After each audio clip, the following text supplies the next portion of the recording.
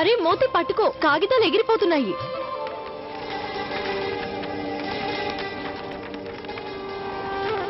నేనేం చేయను మోతి. ఎంతో చక్కని వాతావరణం, చల్లగాలి వేస్తుంటే ఈ నిండు పున్నమి చంద్రుడు చూసావా?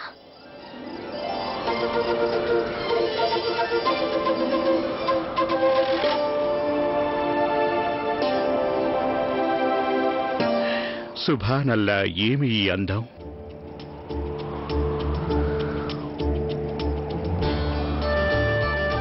అదేగా నేను అంటున్నాను, ఎంతో అందంగా ఉంది కదూ. తమరు ఎవరి గురించి అంటున్నారు జ్యోధా బేగం? చంద్రుడి గురించి. తమరు అంత ఆశ్చర్యంగా ఎందుకు చూస్తున్నారు?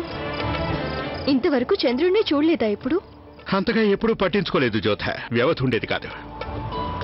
అసలు నిజం చెప్పాలంటే దీని కాలం వృధా చేయడం అనాలి. అయినా దాన్ని చూస్తే మనకేం లాభం? శాంతి, అంతులేని శాంతి లభిస్తుంది. ప్రకృతి మధ్యలోనే ఉంటుంది. దాన్ని చూస్తుండడం వల్ల అత్యంత శాంతి లభిస్తుంది. అది తమరికి అర్థం కాదులేండి షహించా. తమరు కవయిత్రైపోయారు జ్యోధ. మీ మనసుకి ఎలా అనిపిస్తే అలా అనుకోండి. అయినా నేను నిజమే చెబుతున్నాను. ఏ మనిషికైనా తన జీవితంలో కావాల్సింది శాంతి. మహారాజుకైనా నిరుపేదకైనా తన మనశ్శాంతి కోసమే మనిషి దేవుడి మీద మనసు కేంద్రీకరిస్తాడు.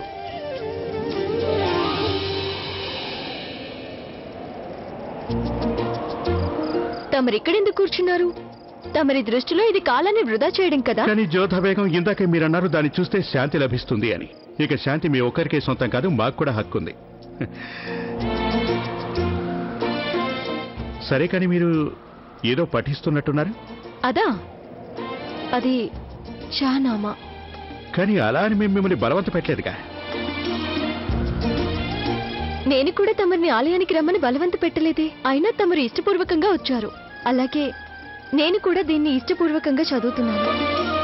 ఇక జ్ఞానం అంటే ఈ చంద్రుడి వెన్నెల్లాంటిదేగా. అందులో ఎంతగైనా మునిగిపోవచ్చు. పైగా నాకు వేరే వేరే మతాల గురించి తెలుసుకోవడం, వాటిని అధ్యయనం చేయడం అంటే చాలా ఇష్టం. అయితే ఇంతవరకు మా మతం గురించి మీరేం తెలుసుకున్నారు? అంత ఎక్కువేం కాదు. తుండీవా తేజీవా యాయాత్ బేకార్ వే నర్మిబర్ ఆయాత్ జే సురాక్ మగార్. దీని అర్థం ఏంటంటే అది తొందరపాటుతో ఆగ్రహంతో చేసే పనిలో లాభం ఉండదని. వేడి తట్టుకోలేకపోతే పాము కూడా తన పుట్టలో నుంచి బయటకు వచ్చేస్తుంది. సుభానల్లా, చాలా తొందరగా నేర్చుకున్నారు జ్యోధా బేగం. ఇంకా నేర్చుకోలేదు, అయితే ప్రయత్నిస్తున్నాను. ఇలా మాత్రం అనకండి. తమరి ఈ విద్య మాకు చాలా బాగా నచ్చింది జ్యోధా బేగం.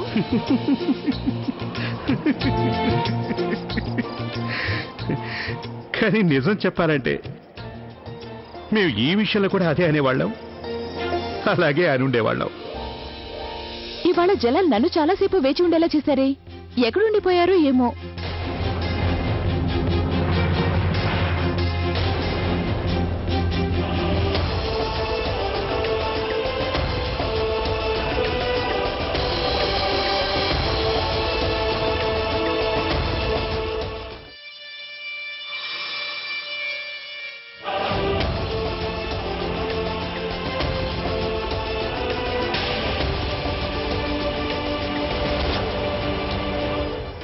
ఇది చాలా అన్యాయం. అయినా షెహన్షా గారు తమ విశిష్టరాణిని రాత్రంతా వేచి ఉండేలా చేయడం ఏం బాలేదు. షెహన్షా తమ వద్దకు వచ్చి ఉండాల్సిందే బేగం సాహిబా. మా గాయంపై ఉప్పు చల్లుతున్నావా? నమ్మక ద్రోహి, పోయి ఇక్కడి నుంచి.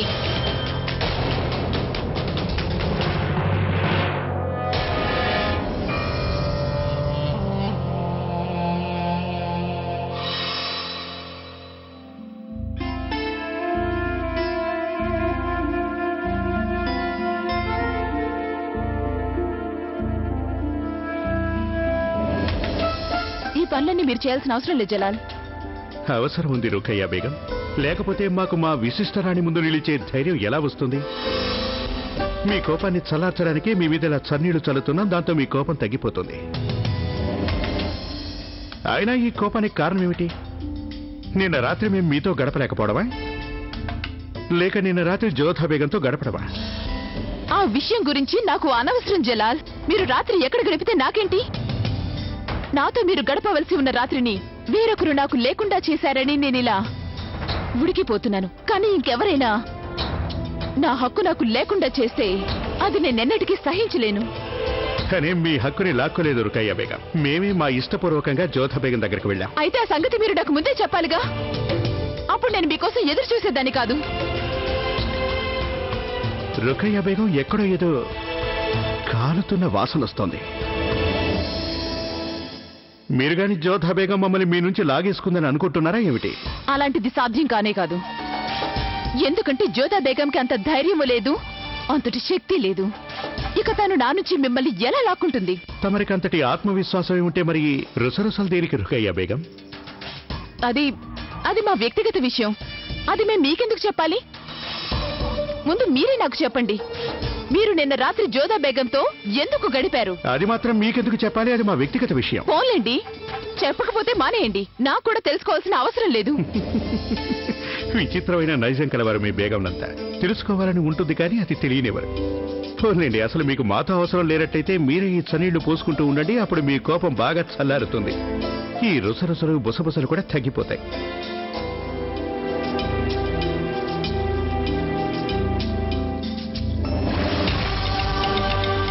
జలాల్, మీరు జోధా బేగంతో గడుపుతారో లేదో అన్నది నాకు అనవసరం.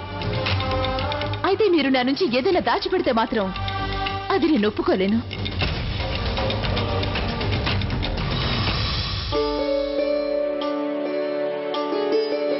అప్పుడు ఆ విధంగా నా భర్తైన శంషుద్దీన్ సాబ్ హుమాయూన్ బాషా ప్రాణాలు కాపాడారు. జిజియాంగా, తమరు శంషుద్దీన్ సాబ్ గారు ఎల్లప్పుడూ ఈ సామ్రాజ్యం పట్ల విశ్వాసపాత్రులుగానే ఉంటున్నారు. నిస్సందేహంగా మా కొన ఊపిరి దాకా అలాగే ఉంటాం. ఎందుకంటే విశ్వాసం అనేది ప్రేమలో నుంచే పుట్టుకొస్తుంది.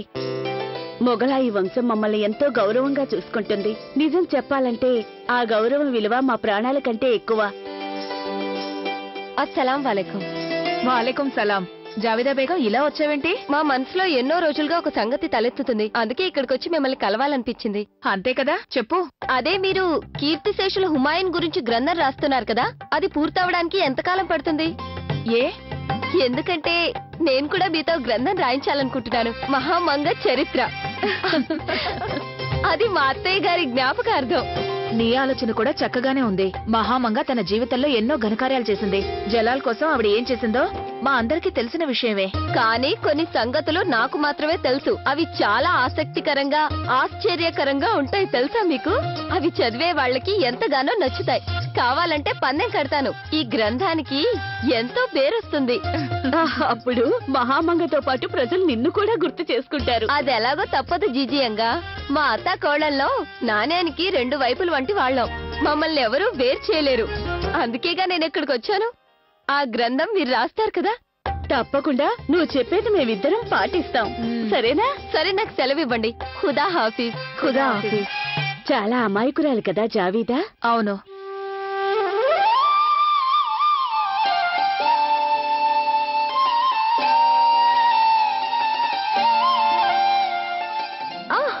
మోతి, ఏంటిది? కొంచెం మెల్లగా వేయొచ్చుగా. నొప్పిగా ఉంది. నేనేం చేయను జోదా, నీ జుట్టులో చిక్కుపడిపోయింది. అవును, నేను రాత్రంతా వేచే గాలి మధ్య గడిపానుగా, అందువల్లే కావచ్చు. అదేంటో గాని నువ్వు షెహన్షా రాత్రంతా కబులతోనే గడిపేశారా? అందుకే ఎన్ని చిక్కులా? మోతి, ఈ మధ్య నీ నోరు ఎక్కువగా మాట్లాడుతుందని నీకు అనిపించడం లేదా? కాదు జోదా, నేను అడుగుతుంది ఏంటంటే, అంతసేపు నీకు షెహన్షాకి మధ్య ఏవో ముఖ్యమైన సంగతులే చర్చకొచ్చుంటాయని. అంత ముఖ్యమైన చర్చ ఏం జరగలేదు. కానీ అలా మాట్లాడుకుంటుంటే ఎంత సమయం గడిచిపోయిందో తెలియనే లేదు. ఇక నీ పని చేసుకో. అవునా? ముఖ్యమైన మాటలే కాదు, అయినా రాత్రంతా గడిచిపోయిందా? దాన్ని బట్టి చూస్తే ఆ మాటల్లో చాలా ఆసక్తికరమైనదేదో ఉండుంటుంది. ఆశ్చర్యంగా ఉంది. ఈ మధ్య మా స్నేహితురాలకి మాటల మధ్య తలకెక్కుతున్నట్టుంది. వంట మీద ఆసక్తి, అన్నం పెట్టడంలో ఆసక్తి, మాటల మీద ఆసక్తి. ఇక ఆపుతావా? ఇదిగో, నువ్వు లేనిపోని ఊహించుకోవడానికి ముందే నేను నీకో విషయం స్పష్టం చేయదలిచాను. నా వైఖరిలో నీకు షహిన్షా గారి పట్ల మెత్తదనం కనిపిస్తుంటే దాని అర్థం ఇదైతే కాదు. నాలో ఏదో మార్పు వచ్చినట్టు. నేను వారి పట్ల నా కృతజ్ఞతలు వ్యక్తం చేసుకుంటున్నానంతే. వారు సుకన్యకి ఎంతో మేలు చేశారు. నా విషయంలో అంతమంది వ్యతిరేకించినప్పటికీ వారు మాత్రం నన్ను నా మతం మార్చుకోమని చెప్పలేదు. అన్నిటికంటే ఎక్కువగా ఎంతో ముఖ్యమైనది ఏంటంటే వారు తను చేసిన వాగ్దానం నిలబెట్టుకోవడం. నా చెంతకి రాలేదు వారు. దాన్ని బట్టి తేలిందేంటంటే వారి మనసులో ఎక్కడో అక్కడ మంచితనం ఉందని. మనం నేర్చిన సంస్కారాన్ని బట్టి మంచివారి విషయంలో మనం ఎప్పుడూ మరింత మంచిగా వ్యవహరించాలనేగా. అందుకనే నేను ఆ పనులన్నీ చేస్తున్నాను. అర్థమైందా? ఇక నీ లేనిపోని ఆలోచనలు కట్టిపెట్టి ఇక పద, మనం వెళ్లి తోటలో పువ్వులు సేకరించాలి.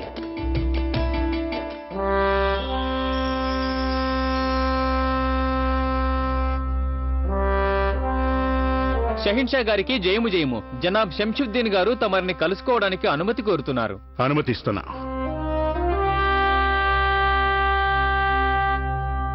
సలాం షహిన్షా. ఒక ముఖ్యమైన విషయం మీతో మాట్లాడాలి. ఇక నువ్వు వెళ్ళొచ్చు. మీరు చెప్పండి ఖాన్ సాబ్. హుజూర్, కొందరు మౌల్వీలు తమకు వ్యతిరేకంగా కుట్ర పన్నుతున్నారు. దానివలన తమరికి ప్రజల మధ్య చెడ్డ పేరు వస్తుంది. వాళ్ళంతా ఎవరు ఖాన్ సాబ్? తమరు ఆలయానికి వెళ్లడం గురించి గొడవ సృష్టించిన వారిలో వారు కూడా కొందరు. మత గురువులు కదా, అలాంటి వారి మాటల్ని ప్రజలు చాలా ఆసక్తిగా వింటారు. అది సామ్రాజ్యానికి అంత మంచిది కాదు. చెప్పాలంటే ఇది తిరుగుబాటుతో సమానం. కానీ ఈ విషయం మతానికి సంబంధించింది. అందువల్ల వాళ్లపై చర్యలు కూడా తీసుకోలేం. ఇక ఇప్పుడు ఏం చేయాలో తమరే చెప్పాలి.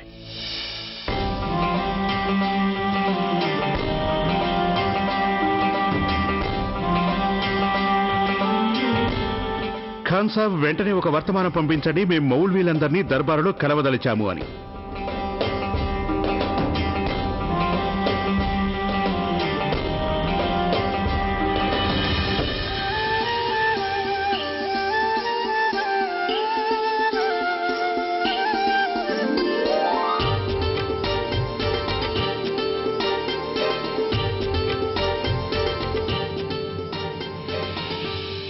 ఏంటి సంగీత చక్రవర్తి గారు, తమరిక్కడ ఒంటరిగా కూర్చున్నారే? మాకు మీ మీద కోపంగా ఉంది. మాకు కథలు చెప్తారని నిన్ననేగా మీరు వాగ్దానం చేశారు. నిన్న మేము ఇక్కడికి వచ్చి చూసాం, కానీ మీరు మీ భవనంలో లేనే లేరు. అవును, నేనక్కడ లేను. మీరైతే చక్రవర్తి గారు కదా, నేనేదో చిన్న రాణిని కదా. నాకింకా వేరే పనులు కూడా ఉంటాయిగా. పోనీలేండి, నేను మీకు కథలు చెప్పలేదు.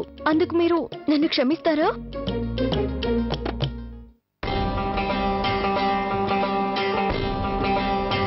ప్రణామాలు షహిన్షా. సలాం వాలేకుం షహిన్షా. వాలేకుం అస్సలాం. అయినా మీరిలా జోధా బేగంని క్షమాపణలు అడగకూడదు. ఎందుకంటే చాలా కాలం తర్వాత కలిసినప్పటికీ మీరు ఆవిడకి షహనామా కవితలు నేర్పించారు. అందుకు బదులు ఆవిడ మిగతా పనులని వదిలేసి మీకు కథ చెప్పడం అనేది ఆవిడ బాధ్యత కదా? అవును, నిజమే. అసలు ఆ సంగతి మేము ఆలోచించనే లేదు. విన్నారా చిన్నమ్మ గారు?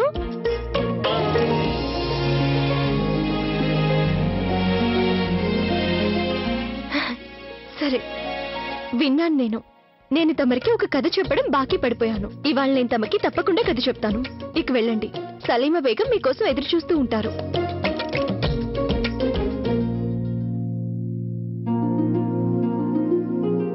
సరే, ఇక నేను బయలుదేరుతాను.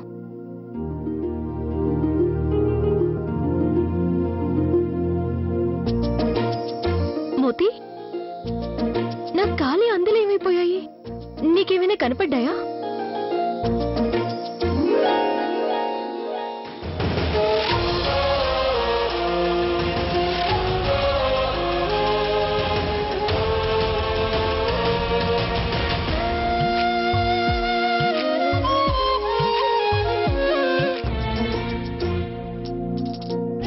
దీని చేతులకు కాదు, కాళ్లకు తొడుగుతాం జోధా బేగం. మీ కాలు కొంచెం ముందుకు పెట్టండి. భయపడకండి, మీ కాళ్ళు లాగేసి మిమ్మల్ని కింద పడేయంలేండి. రండి.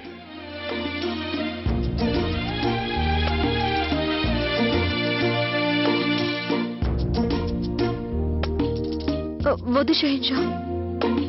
మా సాంప్రదాయంలో భర్త భార్య కాళ్ళు తాకకూడదు. పాపం తగులుతుందంటారు. సరే అయితే మేము మీ పాదం ముట్టుకోనండి. నిజానికి మేము ఈ అందె పడిపోయిన దానికి జతక దాన్ని చూడాలనుకున్నాం. అదే ఆమెరులో పడిపోయిందిగా. ఆమెరులోనా? నాకేం అర్థం కాలేదు. అలా మర్చిపోతే ఎలా జోధా బేగం?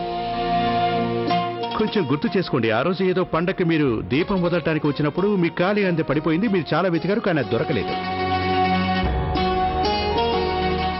అదా, ఇప్పుడు అర్థమైంది. నాకలా అందులో పోగొట్టుకునే అలవాటు లేదు షహిన్షా. కానీ ఒకటి తెలుసు, మీకు మాత్రం అందులో దోచుకోవడం చాలా పాత అలవాటని. ఆ రోజు అది కూడా మీరే దొంగిలించారు, అవునా? అలా నిందలు వేయకండి జోధా బేగం. కింద పడి ఉన్న అందెని మేము తీసుకున్నామంతే. దాన్ని మీరు దొంగతనం అనుకున్నా మరొకటి అనుకున్నా మీ ఇష్టం. నిజం చెప్పాలంటే ఇవాళ మేము కింద పడి ఉన్న ఈ అందెను చూసేసరికి పాత జ్ఞాపకాలు మాకు గుర్తుకొచ్చాయి.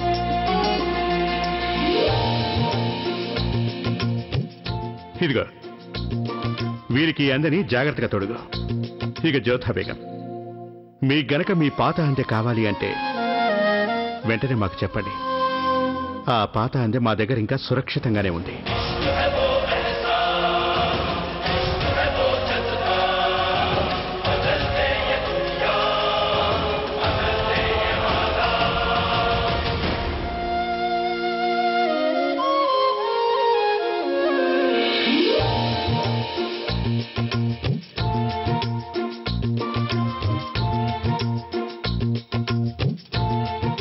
అయితే ఆ రోజున అందలి దొంగలించిన దొంగ షహిన్షానే అన్నమాట.